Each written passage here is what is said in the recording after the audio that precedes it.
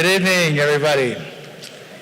As the Dean of the University of Colorado Law School, it's my great pleasure to welcome you all to the commencement ceremony honoring the class of 2019.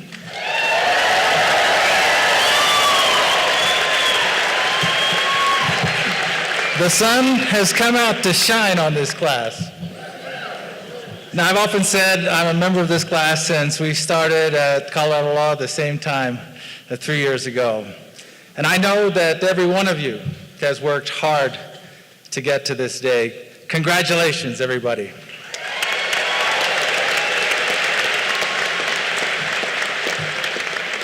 At the outset, I'd like to extend a warm welcome to our commencement speaker, Lieutenant Colonel Michael Jensen.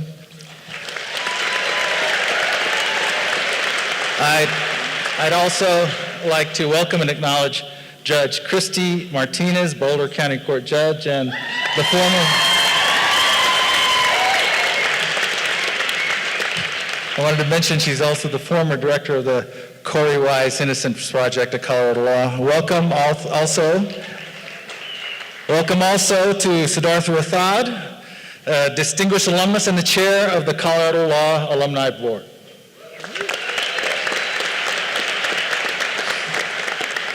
Today, we gather to celebrate the members of the class of 2019 and to witness the conferral upon them of the Juris Doctor degree.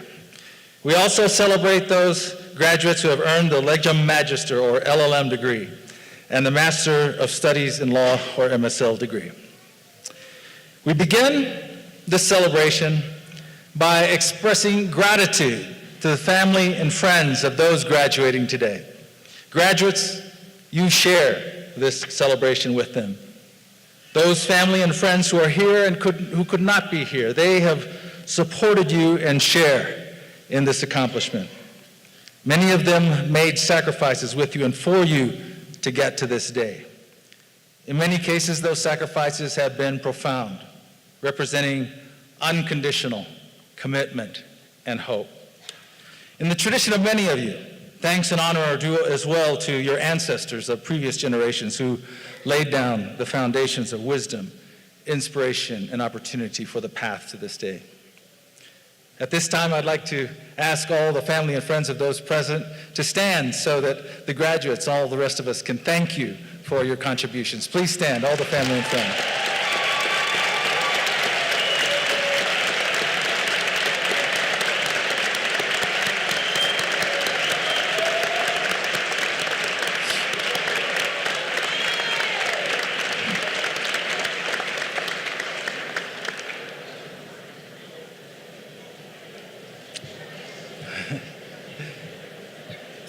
Thanks are also due to the student and class leadership, in particular the officers of the Student Bar Association and the officers of the class of 2019. It's been my pleasure to work with the SBA officers, especially class member Nick Monk, who served as president of the SBA this year. Several other members of the class of 2019 served as SBA officers in previous years. Thank you. I'd also like to acknowledge the dedicated officers of the class of 2019, from whom we'll be hearing in a moment. They are Class President Christine Roach, Class Vice President Katie Rivera,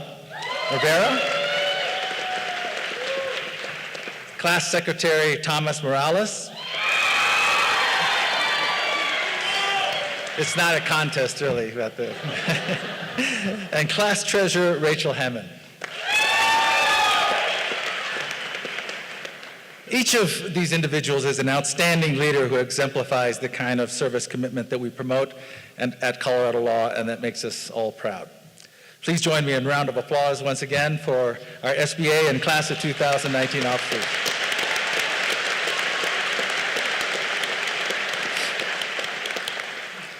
And of course, thanks go to our faculty.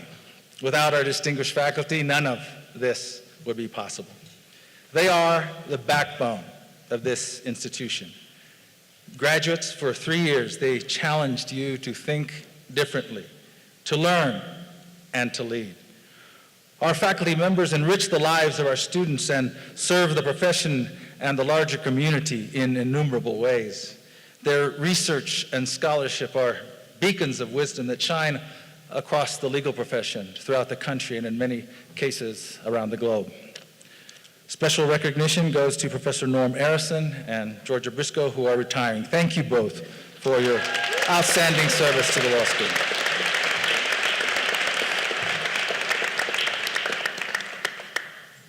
And finally, gratitude is due to the law school staff, who in many ways and through a host of different vocations and tasks support the law school and our mission. The members of our staff are first-rate. Their dedication and commitment can be seen on a daily basis.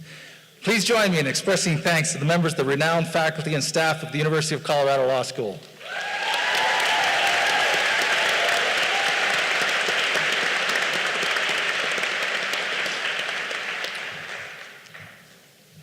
The gratitude that has just been expressed finds a fitting companion in the bonds of love that have been formed among the members of the class of 2019 during their time here. Now, the love I speak of is not really the intimate kind, although I'm sure there's been a good bit of that. But I speak of the love of close friendships that have been forged here. Graduates, as you move on, you will do well to nurture these friendships while heeding the words of the writer Isabel Allende, who said, "La verdadera amistad resiste el tiempo, la distancia y el silencio." True friendship resists time, distance, and silence. The love I speak of is also the love that combined all of those sharing a common experience with overarching solidarity and caring. I've been continually struck by manifestations of solidarity and love among the students at Colorado Law, including the students of the class of 2019. In the often challenging march toward graduation, acts of kindness have overshadowed contention among the class of 2019. Love of this kind carries into other shared experiences and into the broader community, and in doing so, it animates commitment to service in various ways. Alongside working toward their degrees, the members of the class of 2019 collectively contributed thousands of hours of unpaid service. They helped protect historical water rights in the San Luis Valley, assisted low-income taxpayers and members of Colorado's immigrant community, and worked with Maya indigenous communities in Belize to help secure their land rights, to name just a few of the countless service activities of the class of 2019. Graduates, as you go forward in your careers now, I trust that you will continue to act in a spirit of service to the public and the needy, consistent with the values embedded in our profession and wisdom handed down over time. Shawnee Chief Tecumseh said, "Seek to make your life long and its purpose in the service of your people." Many of you will go on to jobs with nonprofit organizations and in government or military service, but not all or even most of you will. In all cases, however, our profession values service for the public good and engaging in pro bono activity. A commitment to service is part of a culture of integrity, professionalism, and ethical behavior to which we aspire, an aspiration that cannot be achieved without also a culture of genuine inclusion of diversity. We live in complex times in which patterns of division, and with them, injustices, are rearing their heads in sometimes unexpected ways. The call to a life of integrity is a call to advance a profession and society that value those who are different from the majority, to be compassionate in our interactions with those who are different from or think differently than ourselves, and to combat the injustices of discrimination and exclusion. Recall the words of Dr. Martin Luther King, who said, "Injustice anywhere is a threat to justice everywhere." We are caught in an inescapable network of mutuality, tied in a single garment of destiny. Whatever affects one directly affects all indirectly. Graduates, embedded in your roles as new attorneys is an imperative of justice for all. The law is the tool of both maintaining order and of uplifting the unjustly marginalized. Now, while the law is a profession of integrity, inclusion, and justice, it is also a profession of opportunity, including opportunity for genuine happiness and joy. The profession allows a range of growth opportunities and lifelong learning. With these opportunities, learning, and related rewards can come joy. High salaries, status, fame are often measures of success, but they alone cannot bring joy. I will not presume to tell you or give you a formula for how to achieve happiness or joy in being a lawyer or other professional. Ultimately, that is a question that only can be answered by each one individually. But I will tell you this: be open to serendipitous, unexpected opportunity, and make the pursuit of happiness, of joy, central to your life's pursuit. Graduates, on this one occasion of joy, you pass from being a student to an alumnus of the University of Colorado Law School. As you now advance in your lives as legal professionals and in new routines that don't involve the Wolf Law Building, remember that you remain part of the Colorado law community. In closing, best wishes to you. Take in this moment of commencement of the rest of your life's journey. Look around you, at each other, and congratulate one another on a fantastic achievement. Thank you.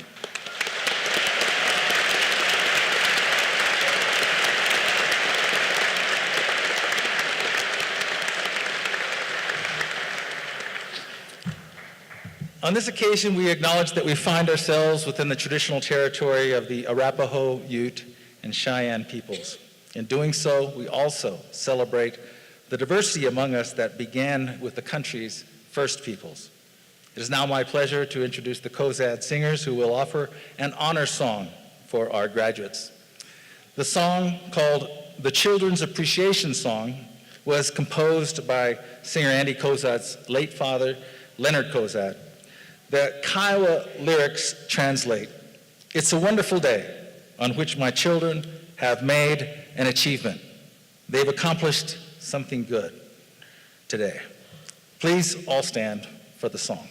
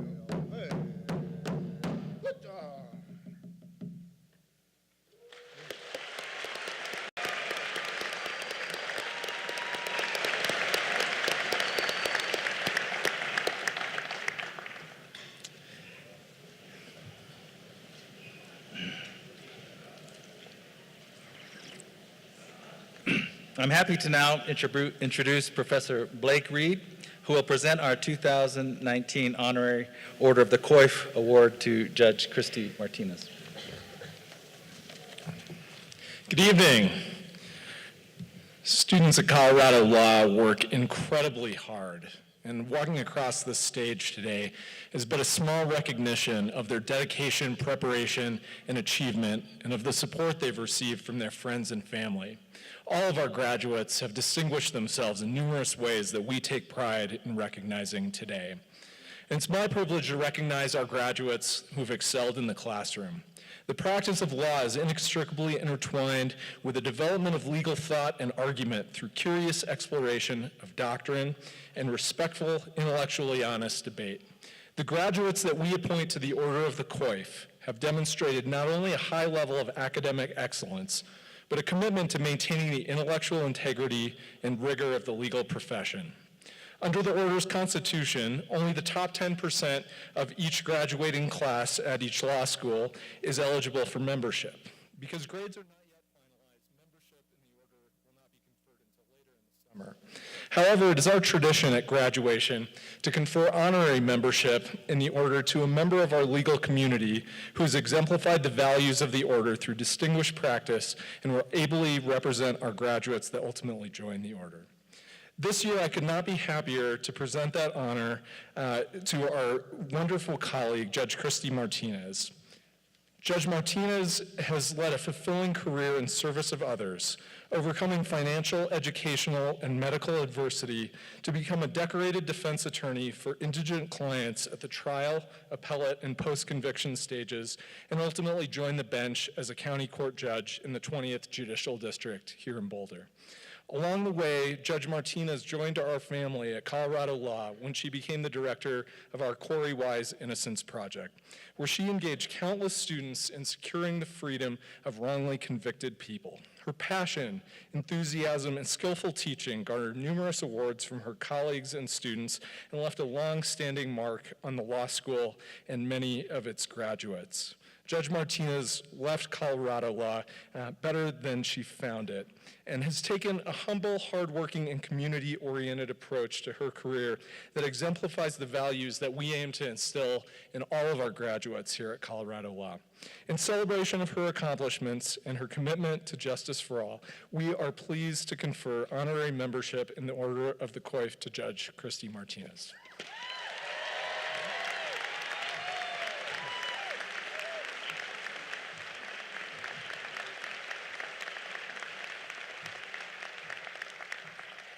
Thank you. I promise I'll keep this very brief.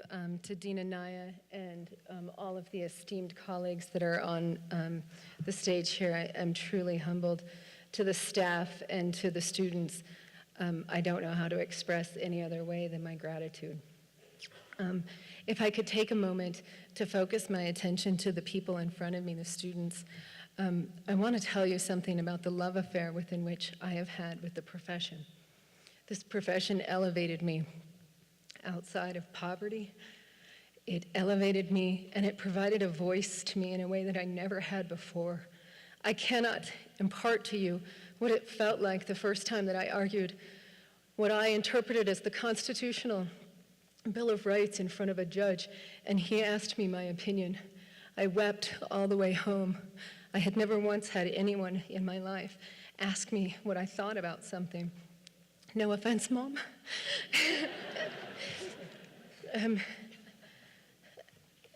What I really want you to understand is that the profession is not just made up of people that argue the law. The profession is made up of the human beings that walk into the courtroom. It is with that, and you will soon find, that you will be befriended. The jokes about lawyers is just simply not true. I have met brave men and women. I have been befriended at times in my life where I lied in a hospital bed and didn't know if I would survive. And it was lawyers that started to walk down the hall to sit by my side. And they came so many times that the flowers went all the way down the hallway. It was lawyers that celebrated every single victory that I had. And it was lawyers, including the lawyers on this stage, that inspired a passion for fairness that I had never had the time to think about. People like Anne England, that I believe is the University of Colorado School of Law's custodian of fair process and advocacy for the indigent.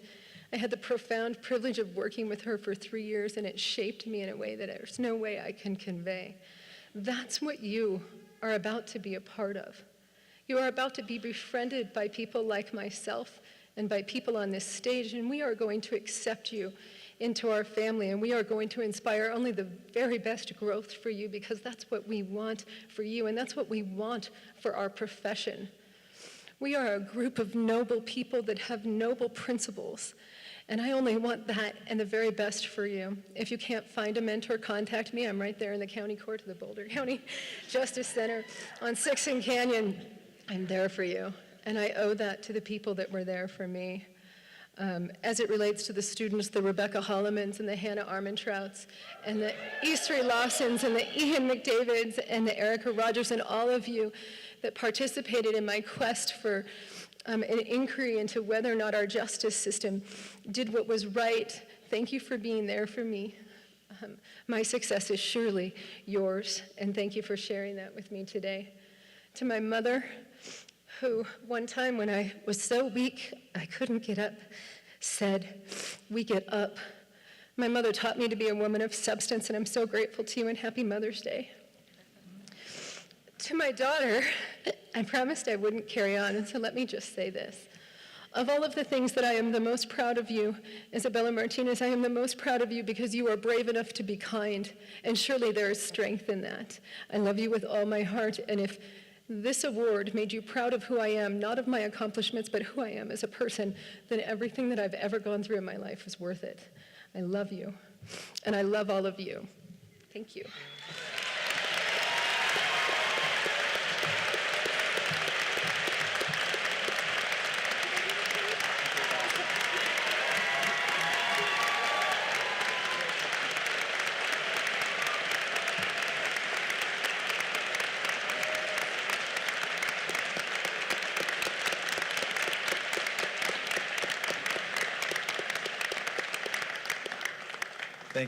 Thank you, Judge Martinez, for those inspiring words. Now we will hear from our class officers. First, Class President Christine Roach will share her reflections. She will be followed by Class Treasurer Rachel Hammond and Class Secretary Thomas Morales, who will talk about the Class of 2019's gift and the awards distributed this year. Then Class Vice President Katie Vera will introduce our speaker, Lieutenant Colonel Michael Jensen.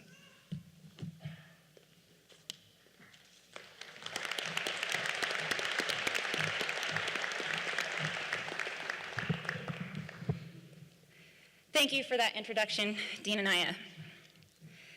Do you guys remember 3 years ago when we got our acceptance letters? That was like a whole lifetime ago. It certainly was for me. As many of you might know, when I came to law school, I was a military spouse.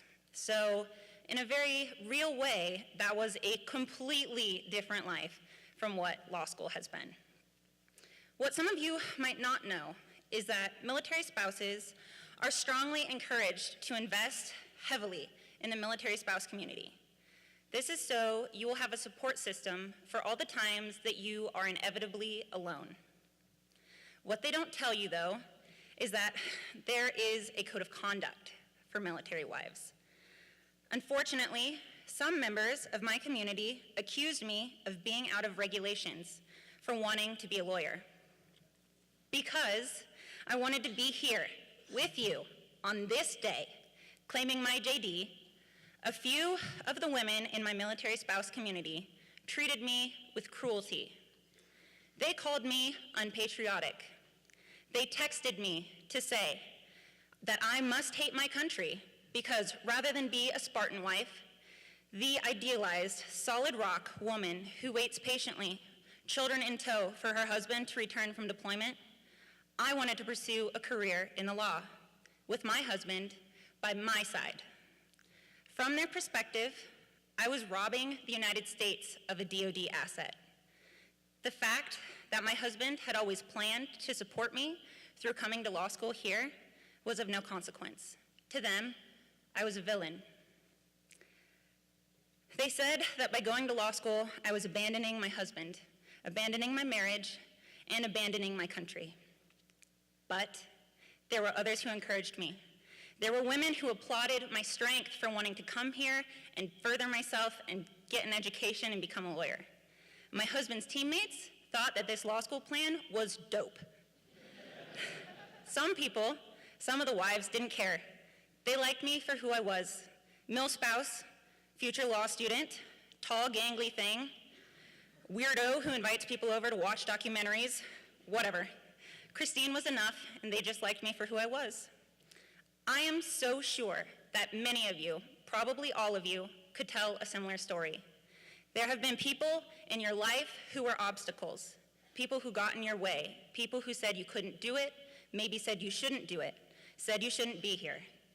But you've also, probably all of you, had people that accepted you, pushed you, helped you to get into law school, to get through law school, to pass all of your exams and be sitting in this seat right now. So here we all are, and we've all got stories. Our stories are beautiful, tragic, infuriating, and inspiring. For me, these last 3 years have been a roller coaster. During 1L year, my husband deployed. It was awful, but it also wasn't awful because I was doing it with you guys. As bad as that year was, I was surrounded by 169 brilliant minds, 169 respectful souls, 169 people who had dreams of making their mark on this world. And most importantly, 169 people who respect the fact that it takes all kinds of people to keep the world spinning, and none of our dreams have to look alike. And so, while we have so much to accomplish, or to celebrate because of what we've accomplished, we've arrived here on this day, and there's so much cause for celebration. We also have to leave here knowing that there will be people, like those few military spouses, who will spit on you, and they will spit on your dreams, just like they did to me. They will spit on you for prosecuting an accused lawbreaker, and they will spit on you for defending the guilty. They'll be furious that you believe in a product, or a company, or a specific parent, or the environment, or a new technology.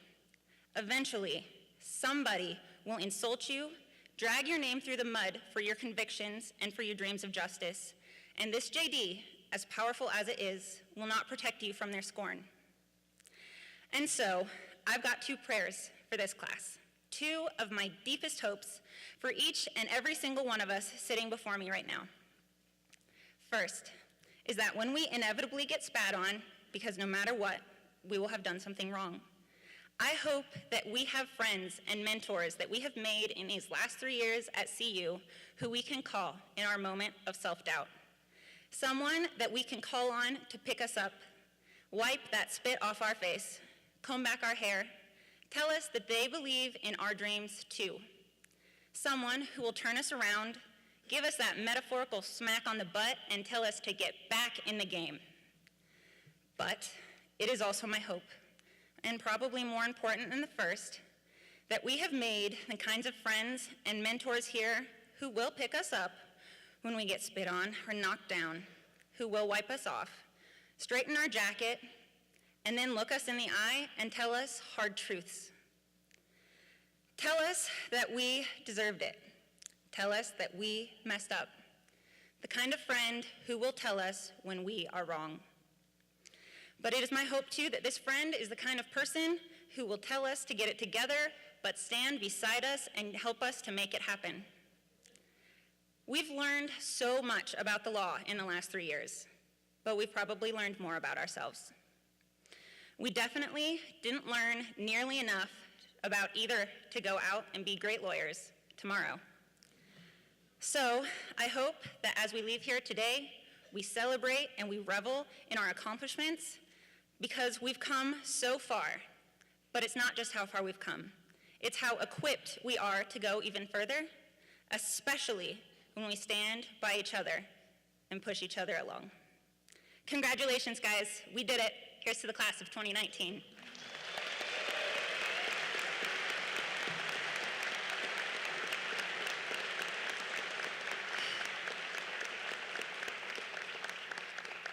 And now Rachel is going to tell you all what your hard-earned, your hard-given fundraising dollars ended up buying for our class gift.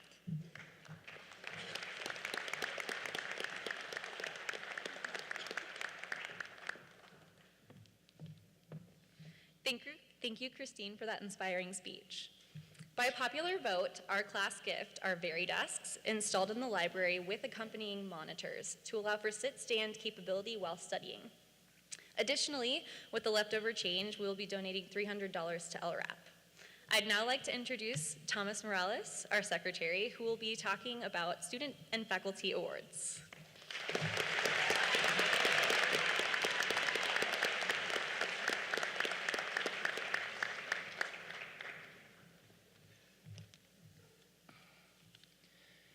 Recognizing this year's many student and faculty award winners is also an opportunity to recognize our community as a whole. Now, 3 years ago, when I asked students why they chose to come to CU Law, I heard the community over and over again. And today I understand that well. It's because we've continued that tradition. We've created our own community, and we've prospered. We've prospered because of our collaboration and our leadership, and certainly because of our commitment to service. We all did that together. We succeeded because we worked together. I was struck how even after our first year, I could still see in the Commons the same group studying together, or even sections studying together, learning from one another and challenging each other. That was truly inspiring to see. And we also inspired others because we gave back. 31 of our classmates completed the public service pledge, and together these students put in over 6,000 hours of pro bono work. I'd like to take a moment to recognize our classmates who completed the public service pledge. Would those students please stand so we can thank them?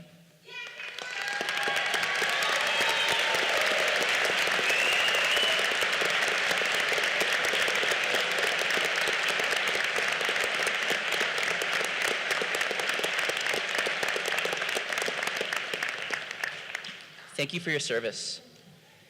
And there are also several students who stood out for their individual contributions to the classroom, to clinical work, to leadership in student groups, and so much more.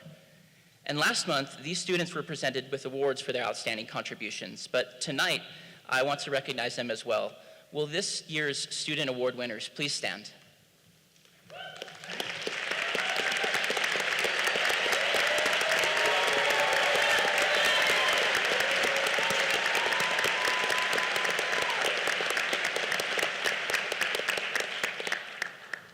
Thank you for your contribution to our community. I'd also like to recognize Professor Pideaux, Professor Bloom, and Coordinator Jackie Cohn, recipients of this year's Faculty and Staff Awards. Can we thank them, please?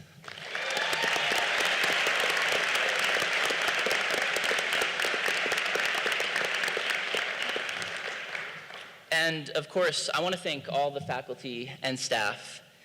Our community prospers because you are always available to talk about a class, the profession, or life in general. Every student I know has on more than one occasion turned to you for motivation, and we truly could not have done this without you. Thank you.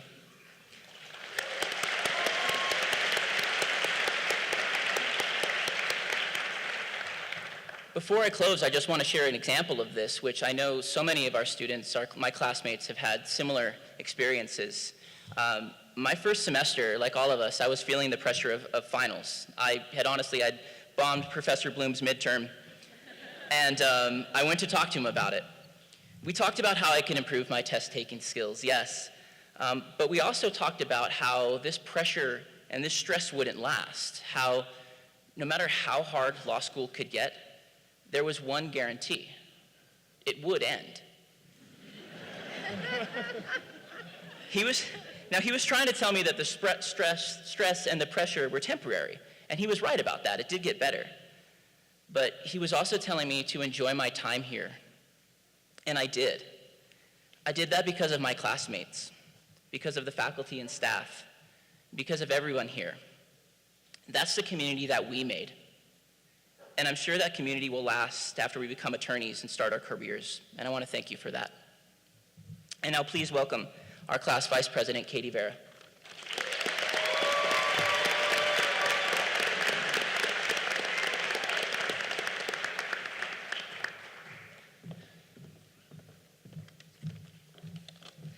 Good evening, everyone. I have the honor of introducing our commencement speaker, Lieutenant Colonel Michael Jensen, tonight.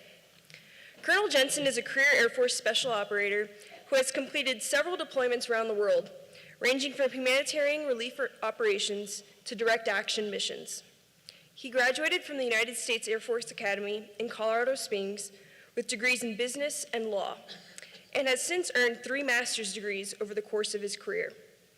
He was promoted to lieutenant colonel 2 years early, and because of his exemplary leadership skills, was selected to command a brand new elite military unit of 200 special operators in New Mexico. During his time as commander of the 26th Special Tactics Squadron at Cannon Air Force Base in New Mexico, he dedicated himself to equipping his airmen and their families with the skills needed to perform at a high level in a demanding environment. For his exceptional work, he has been awarded United States Air Force Special Tactics Officer of the Year, Special Ops Command Officer of the Year, and Headquarters Officer of the Year. Colonel Jensen now lives in Alexandria, Virginia, with the rest of Team Jensen, his wife Rachel, and their 6 children. He works at the United States Office Headquarters in DC, at the Pentagon, as Special Operations Staff, and has completed assignments at the Pentagon think tank. When he's not out saving the world, Colonel Jensen enjoys training jiu-jitsu with his wife and spending every available minute outdoors camping, climbing, and mountaineering with his family. Colonel Jensen is the recipient of a Bronze Star Medal, a Combat Action Medal, and meritorious service medals for his heroic work. His accolades are innumerable, and it is an honor to have him with us tonight. Please join me in welcoming Lieutenant Colonel Michael Jensen.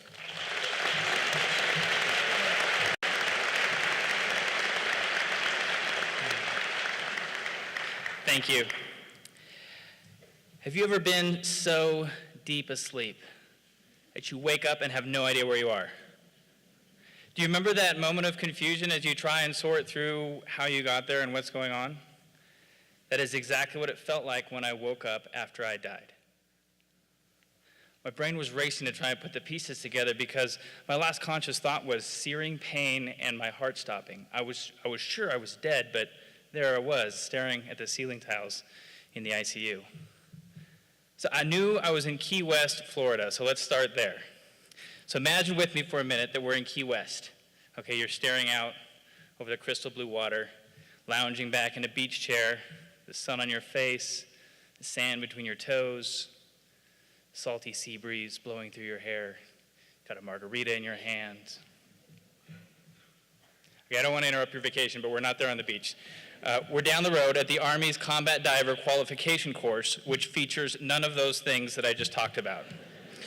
In fact, the one defining characteristic of the Army course, and they're very proud of this, is they have the highest attrition rate of any school in the Department of Defense. This, they say, means that this is the hardest school in the military.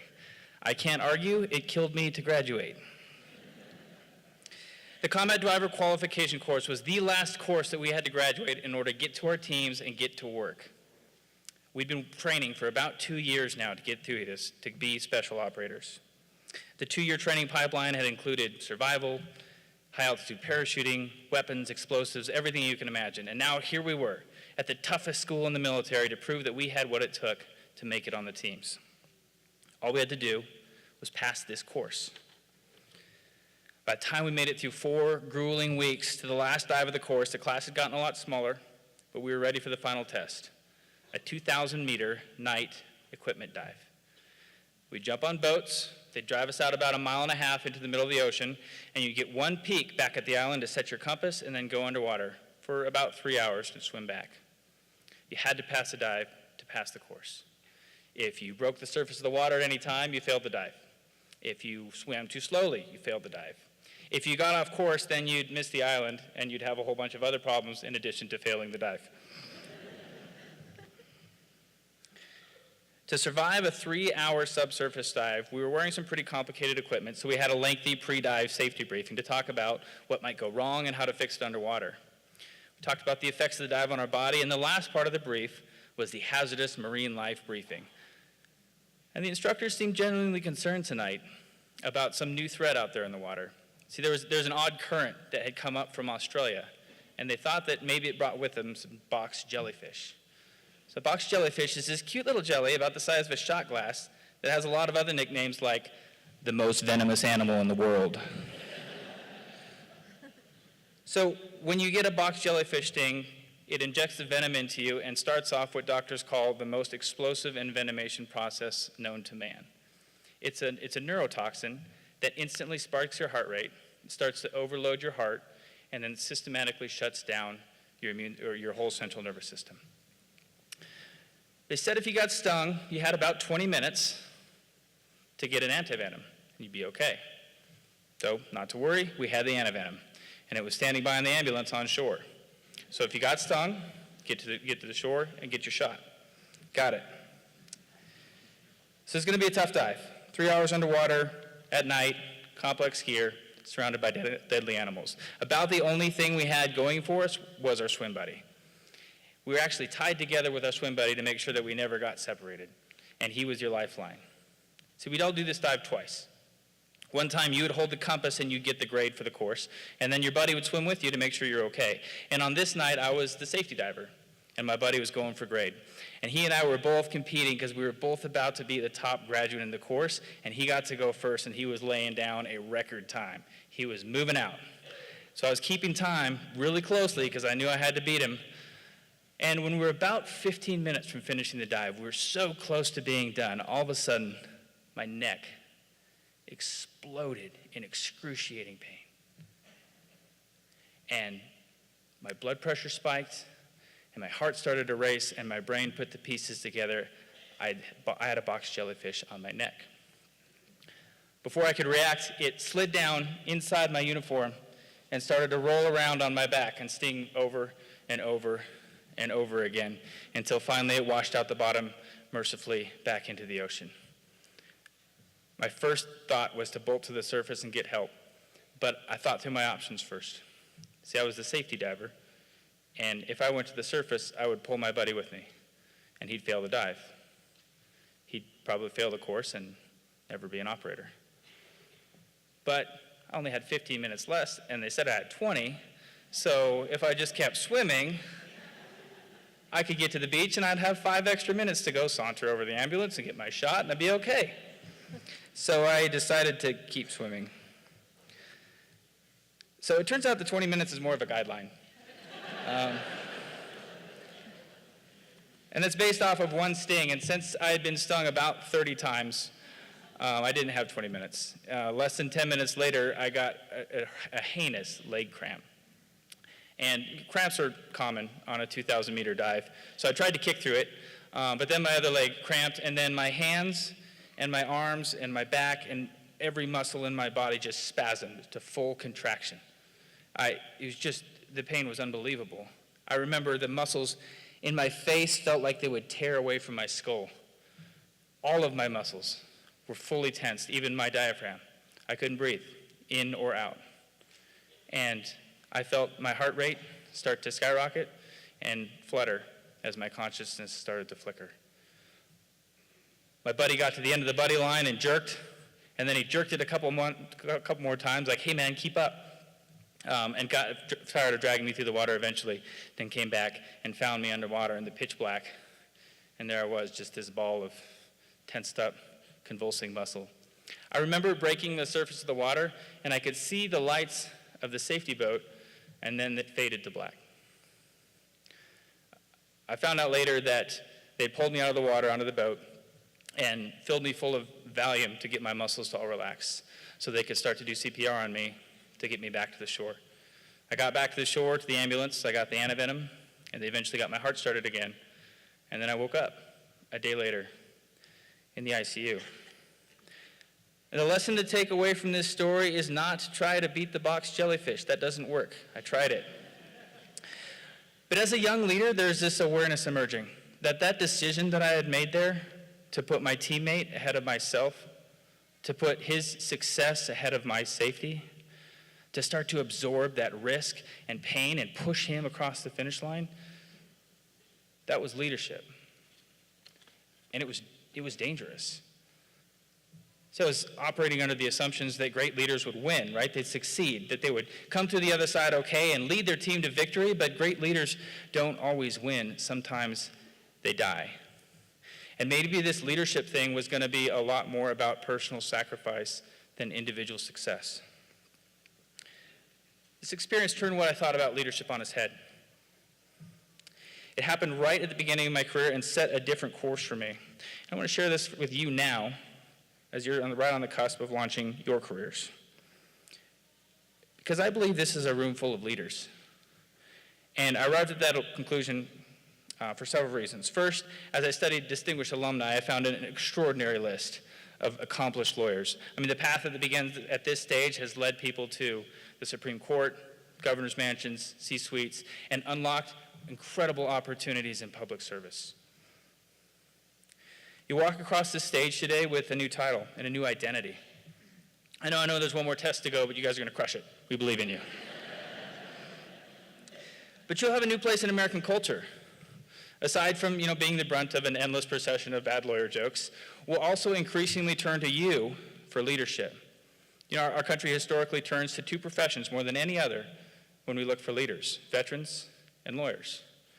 As I did my research for this talk, I was surprised at how many parallels I found between the legal profession and the military profession. We're both part of small, very carefully selected tribes. The American Bar Association reported last year that there were 1.3 million active practicing lawyers in the United States. That same year, there were 1.3 million active duty service members in the Department of Defense. So when you combine active duty military and active lawyers, you're talking about less than 0.5% of the United States population. But those people are massively overrepresented in leadership. For instance, in the business world, the Harvard Business School released a pretty fascinating study about S&P 500 CEOs. So these are 500 largest publicly traded companies in the United States. Of those chief executives, 46 were law school grads, 59 were veterans. So this 0.4% of the population is producing 21% of the top business leaders in America. That's extraordinary. If you look at politics, you look back at the 45 presidents of the United States, 31 had military experience, 26 were lawyers, 16 were both. Now, I offer those stats to you just to drive home the point that we expect leadership out of lawyers, but leadership is so much more than a title and a position. You'll find yourself in leadership sooner than you think.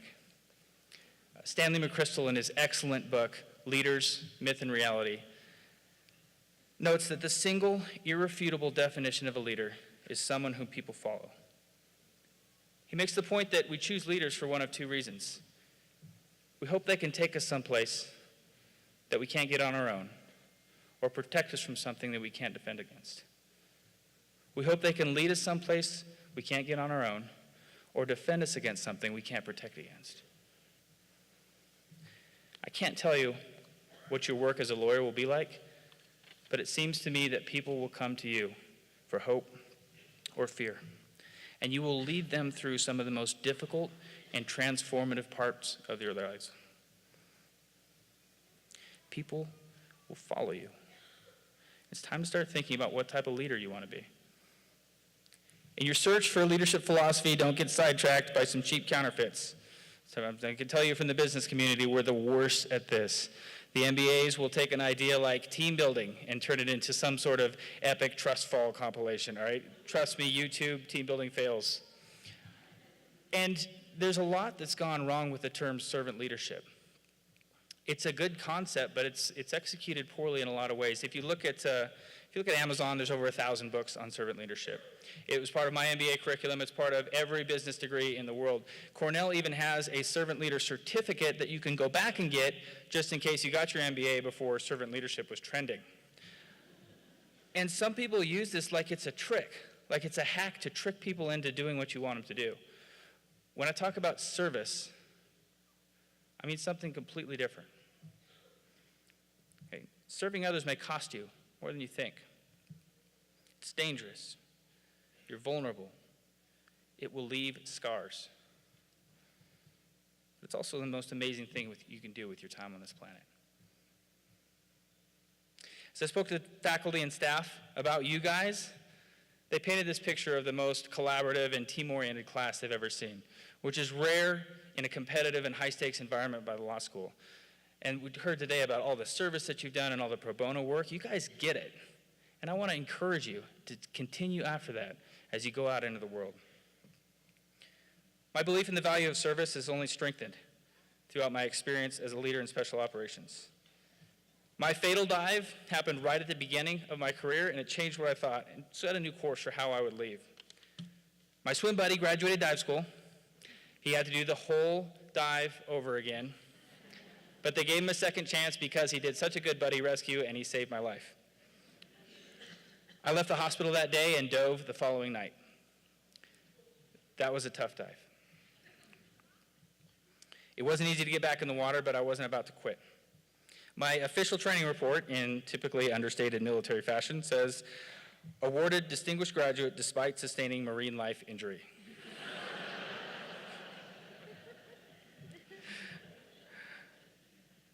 Over the past 18 years, I've become increasingly convinced of the power of serving others. I've seen individuals pull off the unimaginable when they choose to put others before themselves. Individuals like my good friend Rob Gutierrez. One day, Rob and his 15-man team found themselves surrounded by 250 enemy. There was gunfire and rockets and grenades coming in from all directions. Rob's job that day was to link the team to the Air Force and call in airstrikes if they needed him, and that day, they needed him. The only way anyone would survive is if Rob did his job perfectly. As the firefight continued, Rob jumped from cover to cover to try and get eyes on the enemy and call in airstrikes. Suddenly, he felt a bullet tear through his chest. It broke his ribs, pierced his lung, and tore a hole out of his back the size of a softball. The medic was right there with him and tried to stop. He said, "Rob, I need to take off your radio, take off your gear. You need medical help now." And Rob refused. He said, "If I stop, the enemy will overrun you, and then everybody's gone. I have to keep doing my job." He made a choice, my life for the team. The hole in his lung was filling his abdomen with air until he couldn't breathe. It was crushing his other lung. To keep him talking, the medic had to stab a needle through his ribs to let the air pressure out so that he could continue to talk on the radio. And he continued to call in airstrike after airstrike flawlessly, up to 30 feet away from where he was standing, to keep the enemy away from his team. When the gunfire died down, the fight wasn't over. They still had to walk out over a mile through the mountains. Rob, with one lung, still on the radio, and he guided the helicopter into land, and they pulled out the team. The entire team, every single operator, made it home and back to their families because of Rob's choice. Rob collapsed onto the helicopter. He'd lost over half the blood and got the medical care he needed that barely saved his life. That's leadership. He chose service for self. What would you die for? What do you live for? When we put on the uniform, we swear our lives to service before self. Personally, I choose to serve God and my family, my country, and my teammates. You all came to Boulder to invest your time, talent, and your treasure with a purpose in mind. And on your way to accomplishing that purpose, never forget that you have a special responsibility now as a leader. And if you can start to see that leadership as the other side of service, you can accomplish the unimaginable. If you want to accomplish something that matters, if you want to make a lasting difference, look past yourself and serve. Service ultimately means discounting our lives and transferring that value to others. So if you want to lead well, start by dying. Die to yourself, kill off your selfish ambition, and serve. There is no greater love than to give up your life for your friends. That's the kind of love that changes the world. So when you leave here today, get out there and leave well. Congratulations.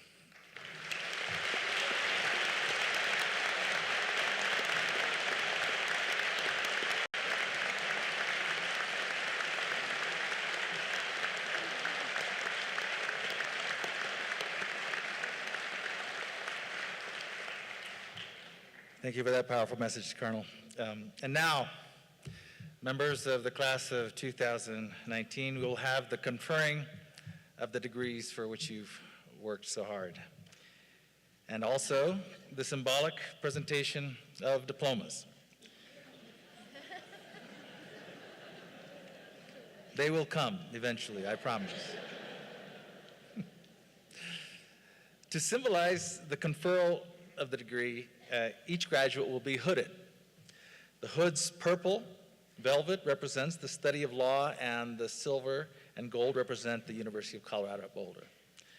Chosen by the class of 2019 for the honor of hooding the graduates, Professors Sharon Jacobs, Helen Norton, and Scott Skinner-Thompson will place hoods on each of the LLM and JD graduates.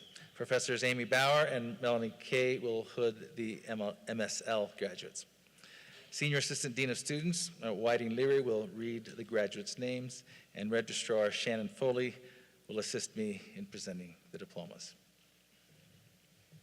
Now it's time, please. Yeah. That's your cue.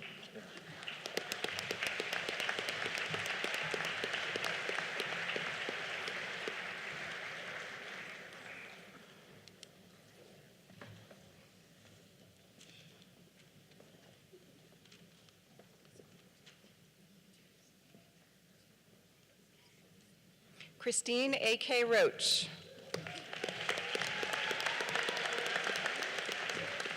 Catherine J. Vera. Thomas A. Morales. Rachel Lee Four Hammond. Nicholas D. Monk.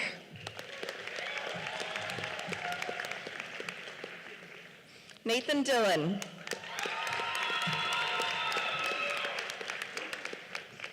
Elena K. Martin. Ethan Patrick Tackett.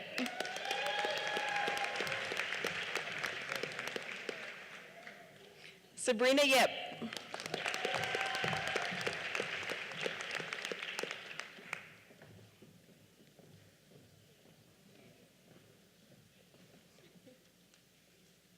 Julie Paula Campino Gomez. Shuo Fan.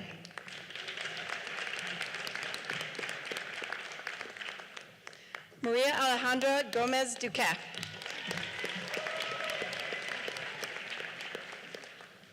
Seiji Krishta.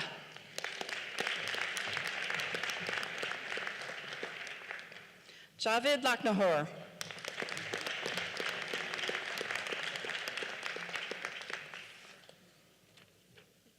Sybil Danita Quay.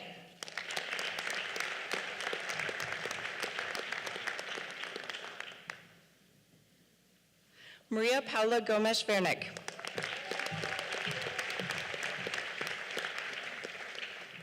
Jessica Marie Allison.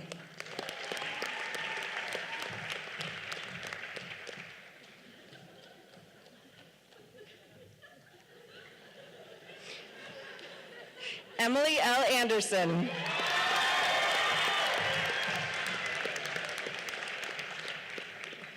Angel Jean Antkers.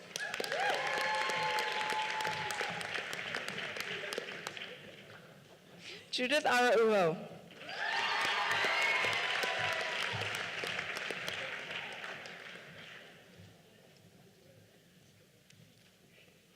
Hannah E. Armentrout.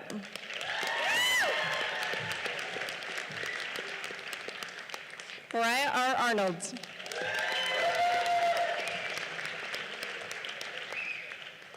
Catherine Ashley.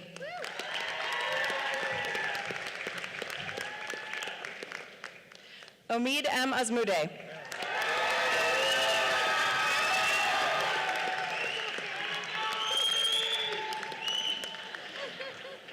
Andrew C. Baker.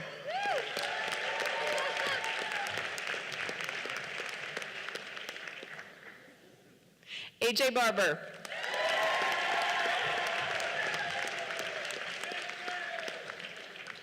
Haley Bakella.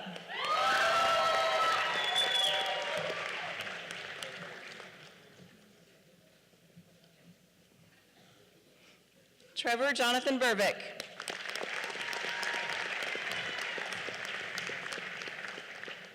Alexander Rigdon Babisi.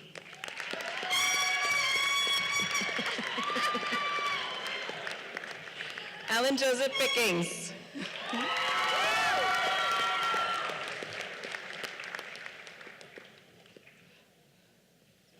James Scott Bradbury.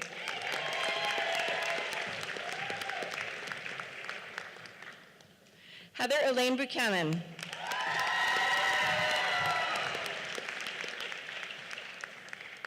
Hannah Jane Bastillo.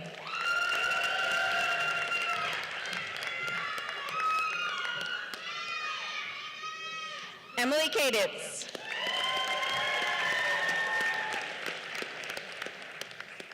Tessa Frances Carberry.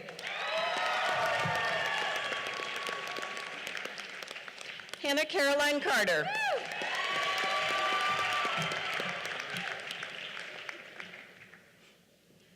Megan Elizabeth Chavez.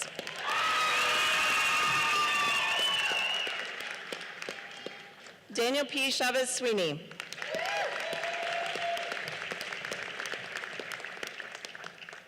Daniel J. Condren.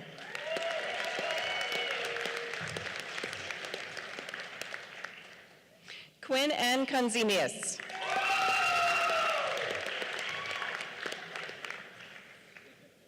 Catherine Michelle Costanza.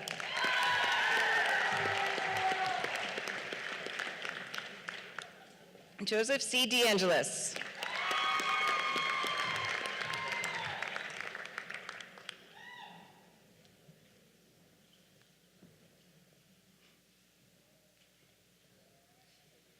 Jordan Demo.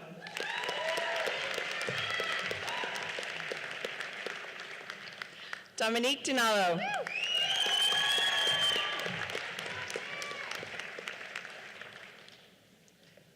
Spencer H. Drago.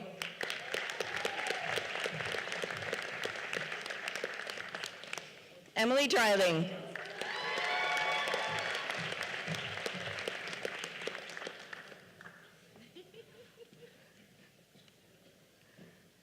Catherine Dubois.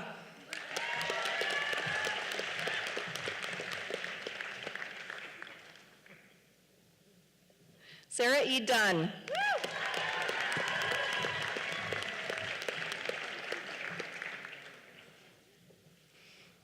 Ashley Elizabeth Evans.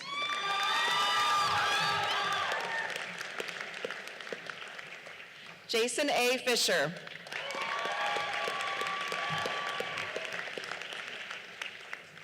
Joseph Bradley Gaffney.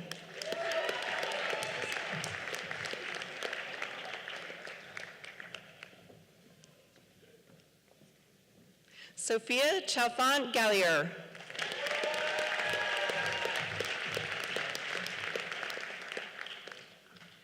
Mackenzie A. Galvin.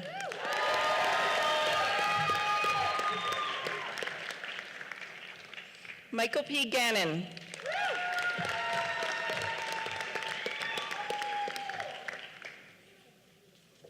Genevieve Elizabeth Geiger.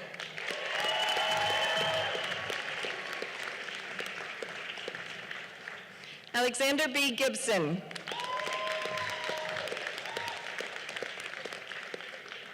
Conrad S. Glover.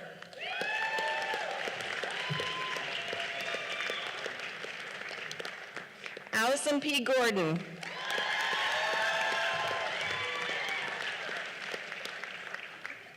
George G. Gurney.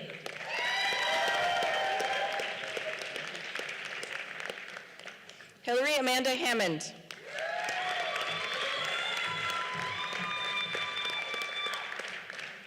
Marissa Susanna Harrison.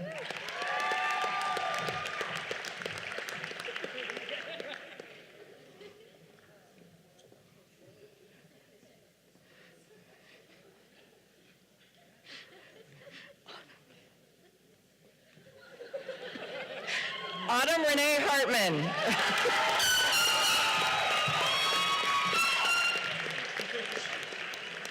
Nicholas A. Hartman. Meredith N. Healy.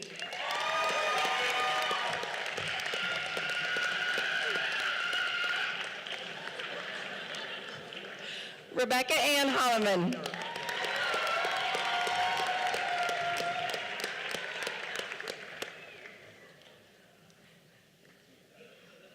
Whitney J. House.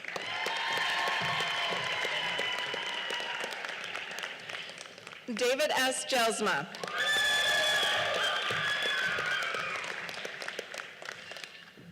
Emma K. Johnston.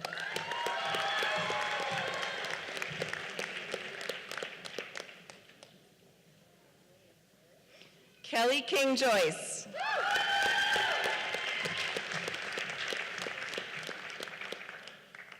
Zach D. Ketchmer.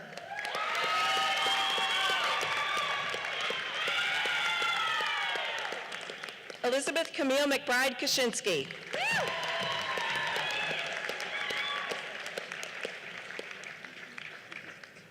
Claire Catherine Guma Keneally.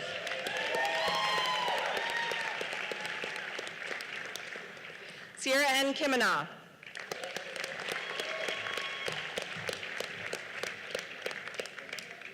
James Allen Kin.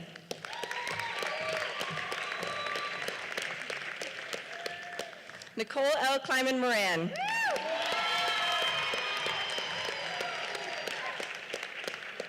Zachary A. Knight.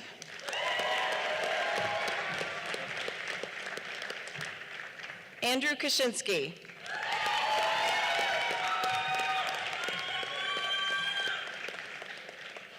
Jonathan Wesley Kuhlman.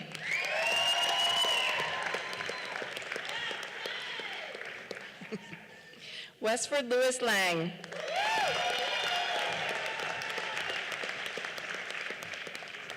Lindsay K. Lida.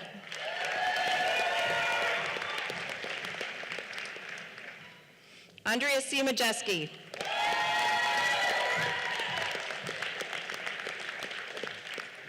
Kelsey C. Madden.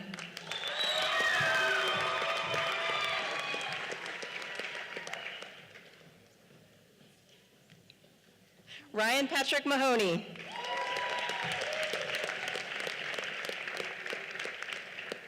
Matthew R. Martinez.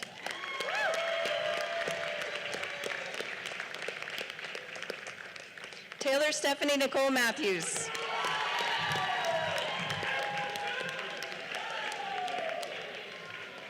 Robert Thomas McCary.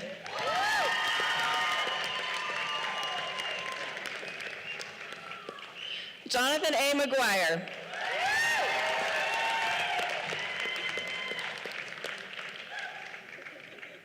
Julian Kelly McLinden III.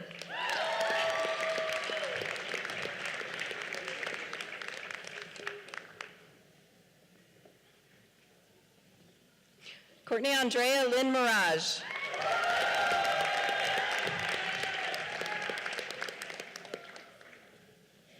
Susan K. Miller.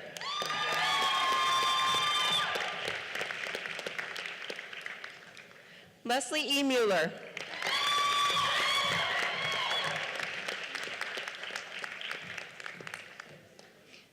Zachary R. Mueller.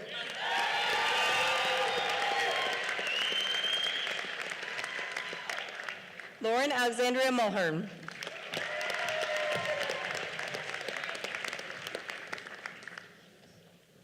Joshua Benjamin Naftalin.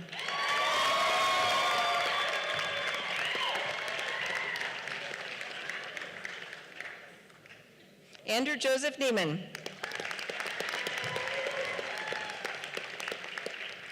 Zachary Ryan New.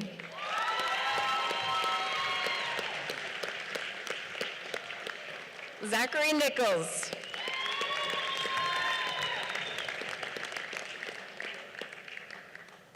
Ori Neumann.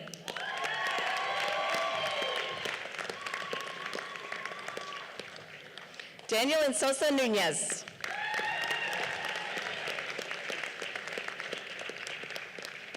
Shane P. O'Connor.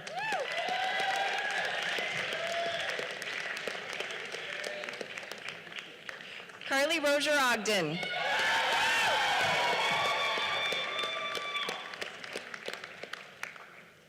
Helen O.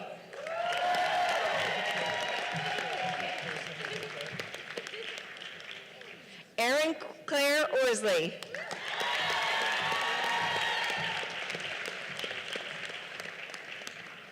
Adeline B. Parham.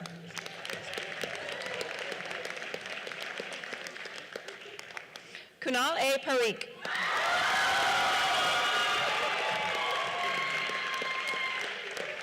Leah Kime Parsons.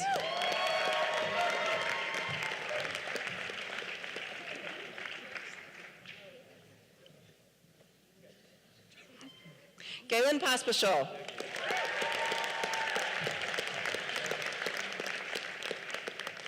Kurt S. Prang.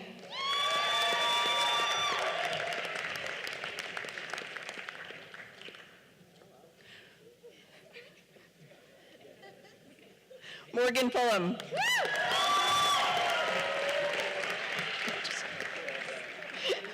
Eduardo Ramirez.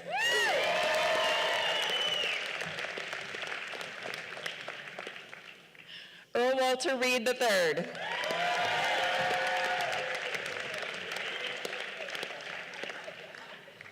Jessica Reed Baum.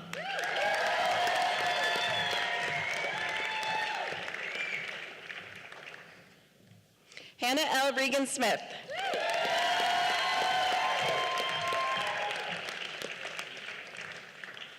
Daniela L. Reichelstein.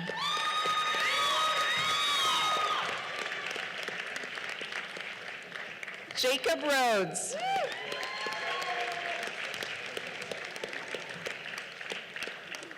Katie Jean Saunders.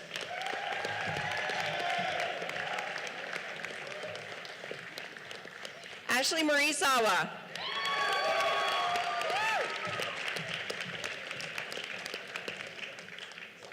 Gina Lee Sparbaro.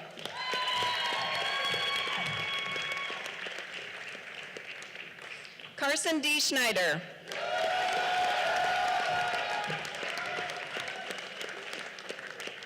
John Shoppert.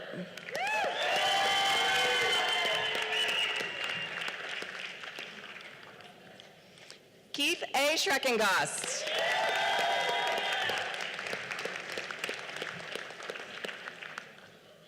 Damian Dean Shanks.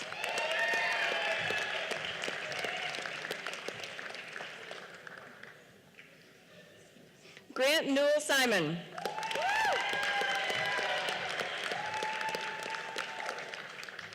Matthew A. Simonson.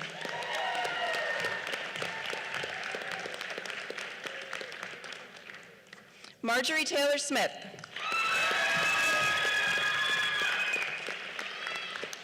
Sandra Sock.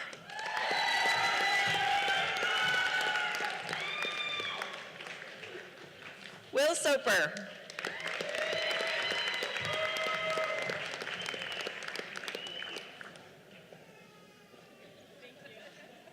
Kate Stover.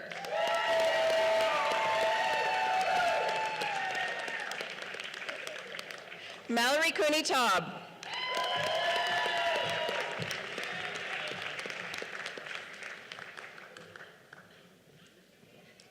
Sydney Marie Teague.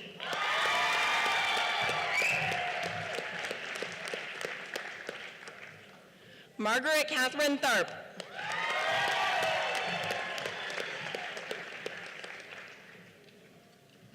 Ryan John Thompson.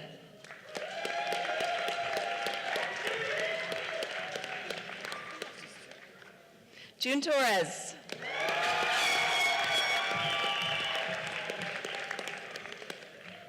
Jordan T. Vogel.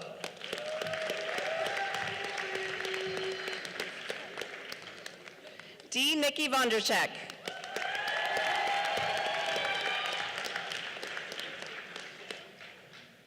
Tiffany Tien Vu.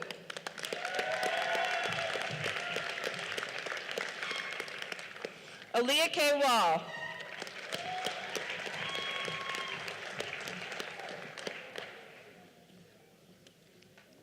Frank Gardner Walter.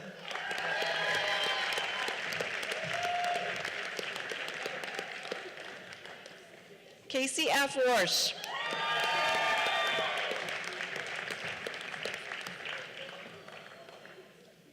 Marissa Carden Weber.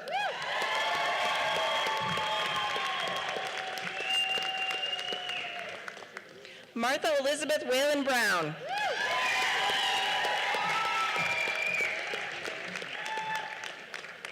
Sierra E. White.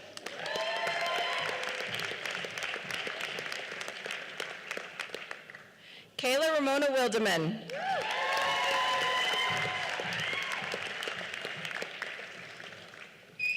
Deshauna Kiker Sasweta.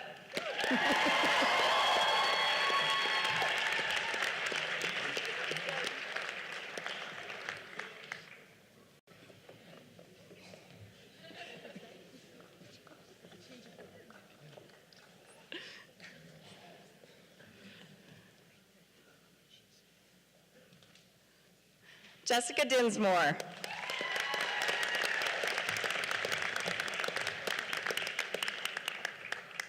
Bailey Ezernak.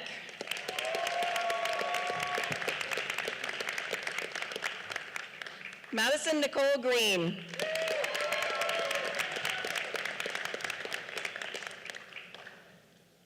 Eleonora Hunanyan.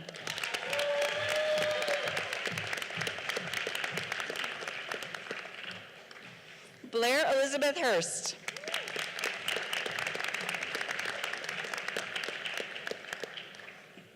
Marin Grace Rosenbach.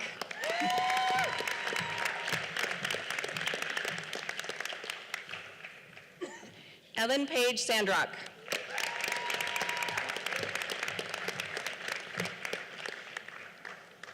Dalton Villette.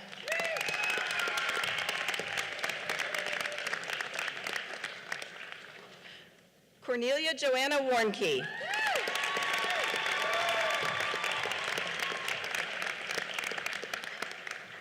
Next, I will mention several students who also are graduating and who are with us in spirit, but who are out of state and unable to join us in person.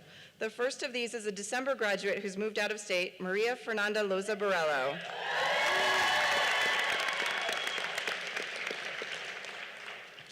The following graduates are traveling with the Law of the River Field Seminar. Colleen C. Adams. Rachel L. Calvert.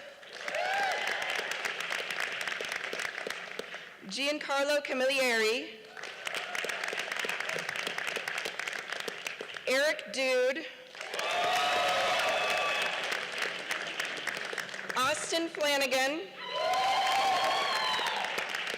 Marissa J. Hazel. Claire E. Gerald.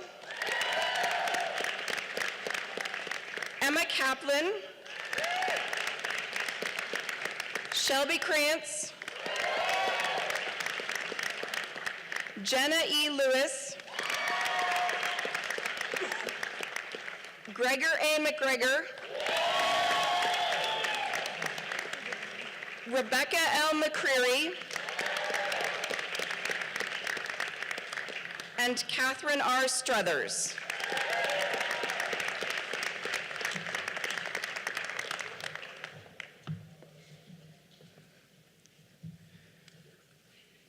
So now you are alums of the University of Colorado Law School. Congratulations.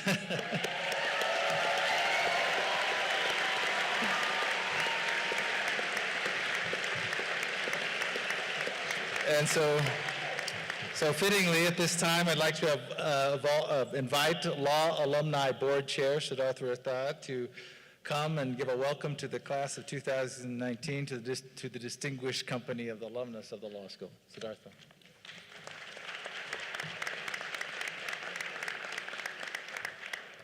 Good evening. My name is Siddharth Rathod. I graduated in 2007, and I am honored to serve as the chair of the Law Alumni Board. This evening, it is my distinct pleasure to welcome you as professionals in the legal community and as official alumni of the University of Colorado School of Law.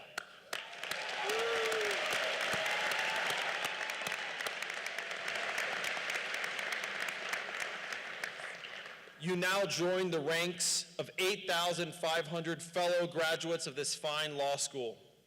Colorado Law alumni have held key roles all over the world in law firms, businesses, nonprofits, courts, and governments. They make a difference, and they are a resource for you.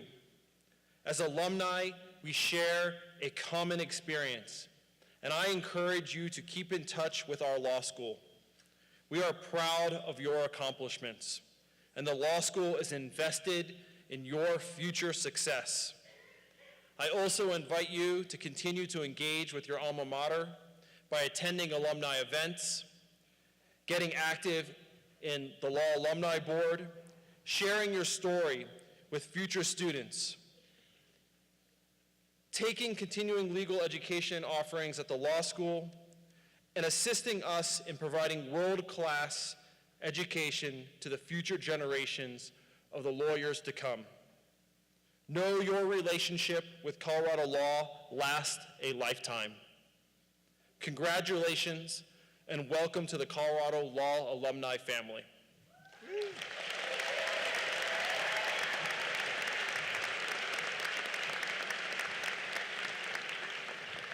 Thank you, Siddhartha. It's customary to end the law school commencement to recall the words of our Dean Emeritus, Don Sears. So I leave you graduates, friends, and family with Dean Sears' words. You have now received the Juris Doctor degree. Please do not take undue pride in this title, for in the final analysis, the test of your professional fitness will lie not in your title, but rather in your service to society and in the extent to which you combine professionalism with humane concern, legal learning with intense integrity, great energy with high ideals. What kind of lawyer you will be depends in large part on the kind of person you are. I hope you may continue to grow, and that in the years to come, you will live the most challenging life of all, the life of the mind, the life of service. To you all, we wish you great success in your chosen profession. Thank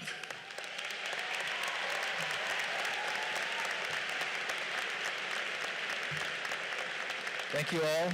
Thank you all for attending the celebration of the University of Colorado Law School class of 2019. Guests, please remain seated as the faculty and the graduates leave the auditorium.